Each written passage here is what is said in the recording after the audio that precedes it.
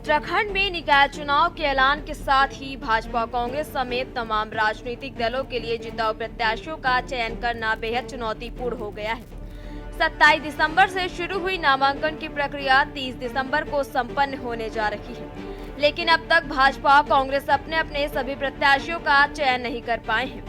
हालांकि लंबे मंथन के बाद दोनों ही दलों ने पहली सूची को तो जारी किया है, लेकिन दूसरी सूची में प्रत्याशियों को लेकर मत्थापच्ची ज्यादा करनी पड़ रही है। एक ओर जहां भाजपा में एक अनार 100 बीमार की स्थिति देखने को मिल रही है, तो वहीं दूसरी ओर कांग्रेस भी प्रत्याशियों के चयन के लिए फूंक फूंक कर कदम रख रही है। साथ ही दोनों ही दल जीत के भी दावे कर रहे हैं।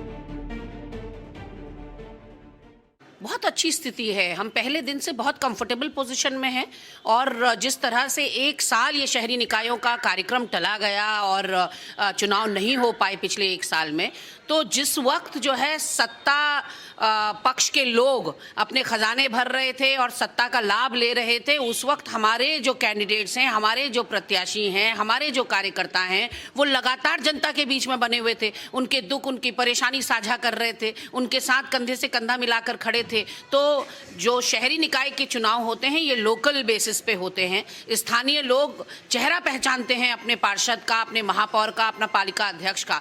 तो जो जितना ज़्यादा जनता के बीच में सक्रिय रहेगा उसकी उतनी ज़्यादा पैठ होगी। और लोगों के पास वो जगह नहीं थी जहां वो अपनी समस्याओं को लेकर जाएं जिसका समाधान हो पाए। और दूसरी तरफ जो इनकी निष्क्रियता है, ठीक चुनावों के समय पर जैसे ये कुंभकर्ण की नींद से भाजपा जाग जाती है, उसका भी प्रतिफल इनको जनता इस बार देने वाली है। देखिए, कांग्रेस पार्टी में अधिकतम कुछ ऐसे कि जिनका जनाधार नहीं है का कोई मतलब नहीं बनता। उनके हर कार्यकर्ता का कोई जनाधार नहीं है। अगर जनाधार होता तो लोकसभा चुनाव में, उप चुनाव में और विधानसभा चुनाव में जनाधार अगर होता तो निश्चित रूप से कुछ ना कुछ उनको जीत हासिल होती। लेकिन जनाधार उस पार्टी का है ही नहीं, जनाधार के विहीन है वो पार्टी। तो उसमें हर व्यक्ति का नाम ऐसा ही रहेगा। और जिस प्रकार से बात रही कि हमारे सूची कल आई है, तो अगर सूची नहीं भी आती, कुछ नहीं भी होता, तो भी हमारा हर कार्यकर्ता अपने आप में कांग्रेस से निपटने के लिए पूरी तरीके से काबिल रहता है और काबिल है। वहीं भाजपा कांग्रेस की पहली लिस्ट जारी होते ही दोनों ही राष्ट्रीय दलों में सियासी घमासान छिड़ गया है। कांग्रेस में खुलकर टिकट न मिलने के बाद नाराजगी देखने को मिल रही है। इसी कड़ी में महिला कांग्रेस की प्रदेश अध्यक्ष ज्योति रौतेला ने सोशल मीडिया में पोस्ट जारी कर बगावत के सुर दिखाए हैं। तो वहीं कांग्रेस में टिकट न मिलने से कई कार्यकर्ताओं ने धरना प्रदर्शन के साथ ही कुछ ने अपने पद से इस्तीफा तक दे दिया है। तो वहीं दूसरी ओर भाजपा ने भी बवाल शुरू हो गया है। भाजपा के पूर्व कैबिनेट मंत्री और गदरपुर के विधायक अरविंद पांडे ने कहा कि भाजपा में धंधेबाजी का एक सिंडिकेट चल रहा है। वह सिंडिकेट को तोड़ना चाहते हैं, बावजूद इसके उन्हें निपटाने का प्रयास पार्टी में किया जा रहा है। ना मेरे किसी नाम से मुझे कोई मतलब है। मेरा इतना मतलब है कि इस इलाके में भारतीय जनता पार्टी को बंगाली समाज ने मजबूत किया है और इन छोटे निकाय के चुनाव में बंगाली समाज का हक बनता है, चाहे वो किसी दल से भी चुन के आए। तो उनके हितों की चिंता करनी चाहिए। तो किन वजह से 98% बंगाली समाज के लोग होने के बावजूद ओबीसी के यहाँ कोई लोग नहीं है, इक्का दुक्का है, तो वो अच्छे लोग हैं। लेकिन उसमें एक आध ऐसे भी हैं जो अफीम बेचने का काम करते हैं, अफीम माफिया हैं। उनके कई सबूत हैं, थाना है, अफीम बेचने वालों की जमानतें कराना है। पुलिस के सीसीटीवी में जब लोग अफीम बेचने वाले पकड़े जाते हैं तो उनकी पैरवी में कौन आता है, ये सब सबूत है। और इस ओबीसी होने का लाभ इस इलाके में स्मैक बेचने वाले और अफीम बेचने वाले को जब इसका सीधा सीधा लाभ मिलेगा। सर के ऊपर से निकल गया। झंडे हम उठाएं, कुर्सियां हम उठाएं, इनकी मीटिंगों के लिए हम आए, हमें एक फ़ोन करके आज पुतला दहन है हम आ रहे हैं। लोकसभा में हम बस्ते हम लगा रहे हैं, विधानसभा में बस्ते हम लगा रहे हैं, कार्य हम कर रहे हैं, सारी मीटिंगें हम कर रहे हैं, कमेटी हम बना रहे हैं और टिकट किसी और देने और किसी दूसरे व्यक्ति को देने का प्रयास कर रहा है। तो इससे बड़ा दुर्भाग्य हमारे लिए कुछ नहीं है। आज मजबूरन हमें आज यहाँ मैं यहाँ इसलिए अपना टिकट मानने के लिए इस तरह प्रदर्शन करना पड़ा।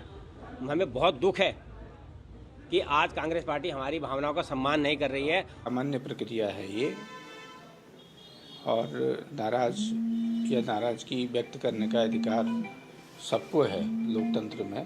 पार्टी में जो पार्टी का सामूहिक नेतृत्व होता है, फैसले लेने का अधिकार उन्हीं को होता है।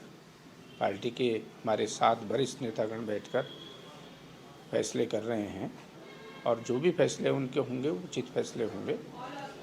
और निश्चित रूप से थोड़ा बहुत नाराज़गी होती है, इतना बड़ा युद्ध है ये।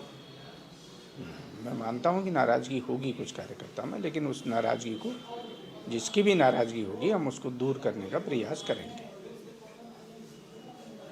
ये कांग्रेस में मुझे लगता है कि घमासान ही होगा। जहां इतने ग्रुप हो वहां घमासान ही होता है। तो ये कांग्रेस के घर का अंदरूनी मामला है। रही बात भारतीय जनता पार्टी की, तो भारतीय जनता पार्टी का प्रत्येक कार्यकर्ता जो चुनाव में मैदान में है इस वक्त प्रत्याशी के रूप में, उसके पीछे पूरी पार्टी का एक एक कार्यकर्ता, एक एक नेता उसके साथ लग करके उसे जिताने का काम करेगा। और हमें पूरा भरोसा है, जिस तरीके से भारतीय जनता पार्टी की सरकार ने लोगों के घर घर तक योजनाओं को पहुँचाने का काम किया, विकास कार्यों को पहुँचाने का काम किया, एक कार्यकर्ता संगठन के माध्यम से लोगों के पास योजनाओं को देने का काम किया। तो मुझे लगता है कि हमें पूरा भरोसा है अपनी जनता पर, प्रबुद्ध जनता पर, क्योंकि देवस्थली है, धर्मस्थली है। जिस प्रकार से उन्होंने विधानसभा में भी भारतीय जनता पार्टी को आशीर्वाद दिया, लोकसभा में भी अपना आशीर्वाद देने का काम किया, और जो 2 उपचुनाव हमारे अभी हुए 2 विधानसभा में, उनमें भी हमें उनका आशीर्वाद प्राप्त हुआ। तो हमें पूरा भरोसा है जो हमारी मिनी सरकार बनेगी, छोटी सरकार बनेगी निकायों की, तो उसमें भी भारतीय जनता पार्टी का परचम लहराएगा।